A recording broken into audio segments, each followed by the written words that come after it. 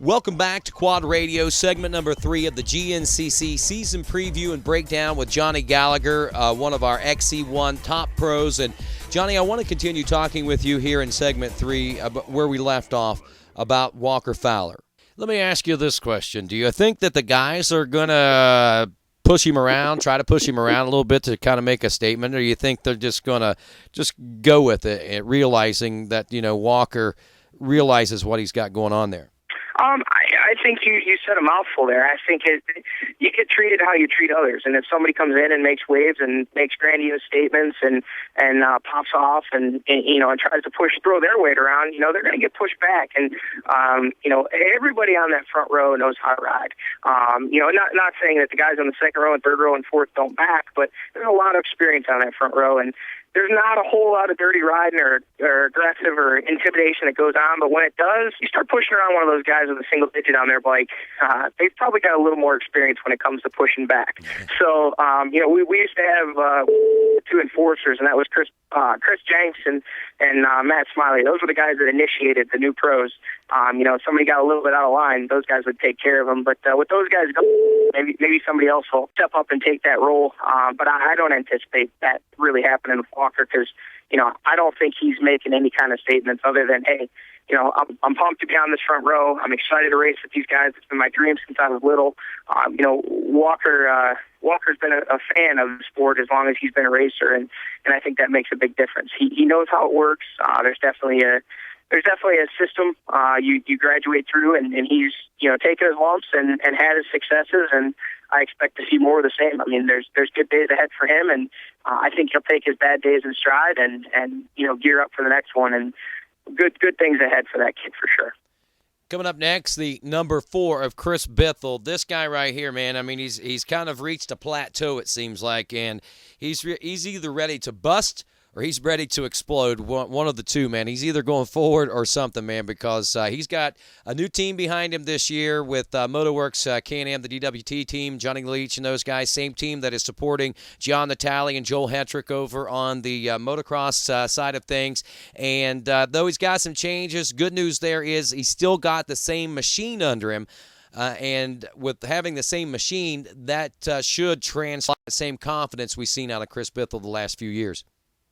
Yeah, absolutely, and seeing him during the off season and the races we've been doing, I think it's been a fairly seamless transition for him. I spoke with Chris a good bit, and also, you can listen to what somebody says, but listening to what they say and actually seeing what they do is two very different things in a lot of cases. And Chris has said it's been a good transition, and his results and his speed and how he looks on the bike are right in line with that. It seems he's on a lot of the same components, like you said, the same Can-Am DS450, and a lot of the components have remained the same. They made a few subtle changes, which I really don't think are anything that is going to affect his performance. And I think he's happy with the new team.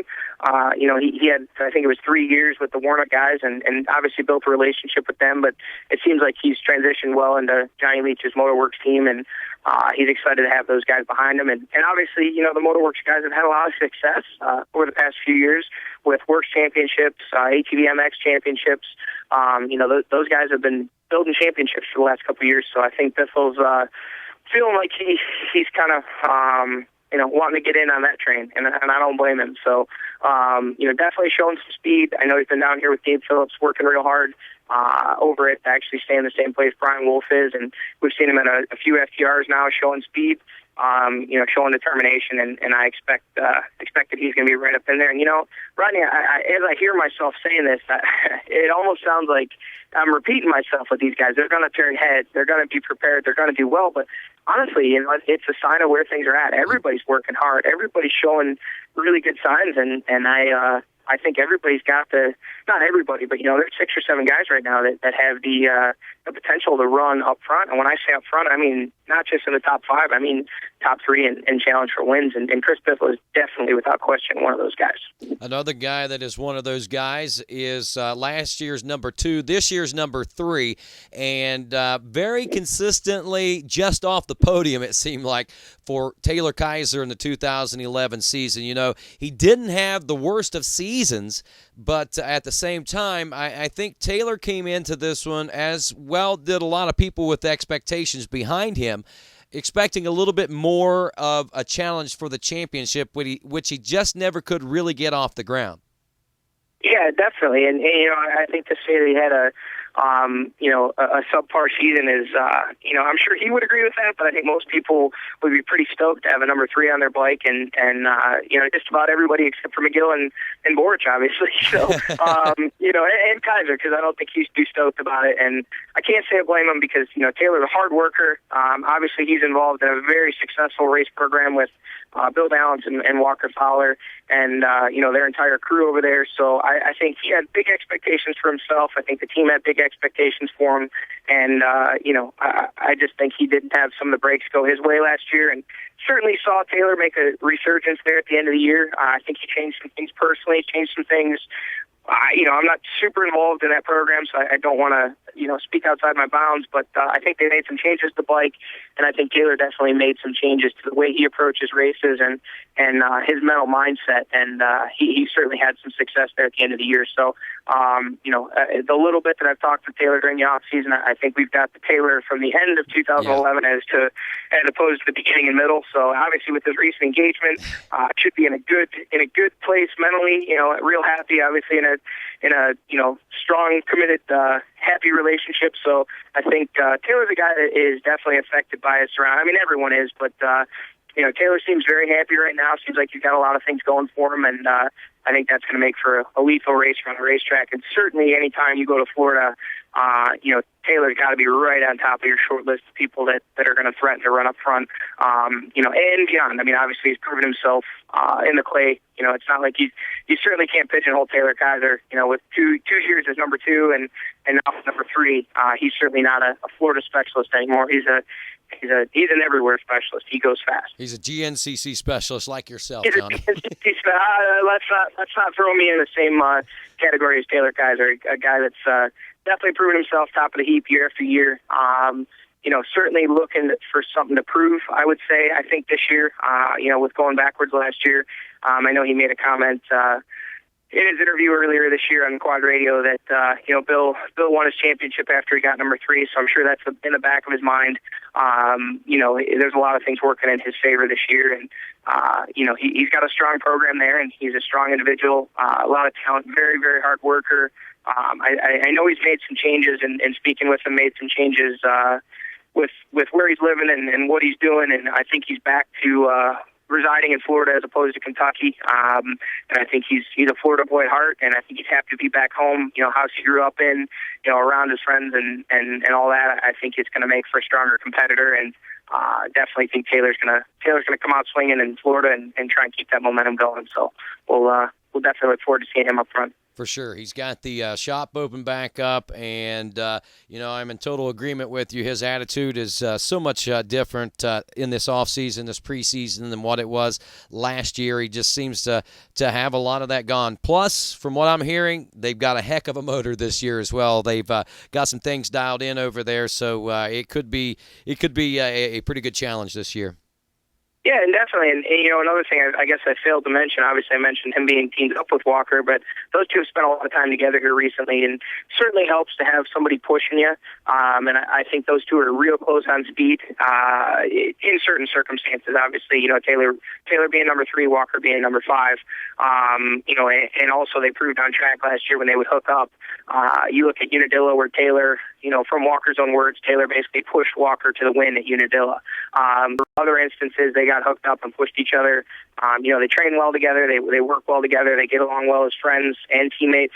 And they've spent more time together, I think, in the last 2 months than they ever have. So, certain that the competitive fires are being fueled down there. And I think Walker's only helping Taylor, and Taylor's only helping Walker. So definitely look for big things out of Taylor. I'm sure, they've been pushing each other and bike setup, training, mentally. I know they've been doing a lot of road bicycling, which is something new for their program. So I think they're certainly hoping that translates into results, and I certainly wouldn't be surprised if it does. Shake and bake, baby. Shake and bake. I'm not going to go with the whole shake and bake thing because it's been a little bit overused, and I don't want to link those two that closely together because as soon as we go back home, I got to pick my training partner Walker back up. But Taylor's allowed to have him for the winter. No shake and bake right now, but you're going to shake and bake with him. Okay, that's cool, man. No, not even that. Just the whole shake and bake thing, I think, got a bit overused. But if you want to use it, we can. We'll go with it. Why not, man? I mean, I think that's what's great. I think the more things are overused, the funnier it gets. And yeah, that is true. So you'll see me overusing things to death. But anyway, now moving on to the number 2 now. Last year's number 3, the guy was stuck there for a long time like Taylor was in the number 2 position. These guys just basically flip-flopped. Adam McGill. Adam coming off of a fairly successful 2011 campaign. Didn't get the championship he was looking for. Got a few race wins, several podiums over the course of the season, and was even a threat. Big changes for Adam McGill, though, in the offseason as there were some, we mentioned the changes with the Motorworks Can-Am team coming in and taking place in the Warner team. So they actually are only fielding one rider this season out of the pro pits, and they chose, I guess, or at least whenever it all came out in the wash, that was Chris Biffle. Adam McGill has gone with his own program and moved on and has got a ride, and he's going to be racing Hondas. He's picked up a lot of his old sponsors and kept, I assume, some of the ones that he's had some great relationships with for a long time, and even with his campaign there with Can-Am. But regardless, a whole new effort for Adam McGill as we head into 2012, and that's a lot. And it seems to me, Johnny, like a whole lot to bite off and chew, especially when you're wearing that number 2, man, and your next step is the number 1. Oh, absolutely. Adam will be the first person to admit, and speaking with him, that it's been a lot of work for him to get this program up and running. He's got a lot of support from a lot of good companies and a lot of good people. He's got I believe it's RG Honda behind him, a dealer around home there. He's got Precision stepped up in a big way to support his program. So he's using obviously their products, but also their support beyond just product is a big part of his program. I know he's got Lone Star, who I had a relationship with for years. Those are great guys over at that company. So he's got a lot of good things going, but you put it in good words there with the whole biting off a lot. I mean, I don't know if it's more than he can chew, but I'm certain it's a mouthful for him. Oh, yeah. He's definitely got a lot going on beyond just, Adam had the opportunity for his years with Can-Am and then also his years with KTM. So basically the last 4 seasons, he's been able to solely focus on training and riding. Training, riding, and racing. That was it. No bike prep, no real bike setup. There's a lot of logistics that go into running an XC1 or even the top XC2 program. As far as liaisons between, media, you're working with your sponsors to try and promote their products and work out your deals and simple things like invoicing and ordering parts. And, Adam's kind of a one-man band right now. I'm certain that, his dad's at home helping as much as he can, obviously. And I'm sure his mom and the rest of his family and friends are helping out as well. But it's a lot of things that Adam hasn't been accustomed to doing for the past 4 years. So definitely a change for him. But, we've seen guys make that change and actually come out ahead, and we've seen guys that didn't. So, Adam certainly has his own destiny in his hands, and what he does with it is up to him. I'll probably be lynched for saying this. There's so many Ride Red faithfuls out there, but I think the move back to Honda for Adam, I think it's good because he knows the bike and he did very well on it, obviously up through 2007. But I think it's definitely a step backwards as far as performance from what he was running. He was very, very fast on the Can-Am. The bike worked very well. Now he's starting back at square one with the Honda, and he will get it there. Adam's a hard worker, very, very hard worker. I think that's kind of what defines Adam is his work ethic. And, he's the type of guy that when a green flag drops, he won't take anything less than what he's expecting. So I expect to see him finish well, but he's definitely going to be working hard this year to get that bike sorted and also to kind of get his legs underneath him. But like I said, I think he has his own destiny in his hands, and what he does with it is up to him, and I don't think Adam has an ounce of quit in him, so I think he'll do well. I agree with you wholeheartedly. This should be a very exciting season, one full of obstacles, I'm sure. But then again, maybe it might come out and it might be flawless and things might go just perfect as can be for him. Who knows? But it's going to be interesting nonetheless. This wraps up segment number 3. We will continue with segment number 4 and a look at what is to come for our 2011 and defending GNCC champion, Chris Borch. For Johnny Gallagher, I'm Rodney Tomblin. This is Quad Radio.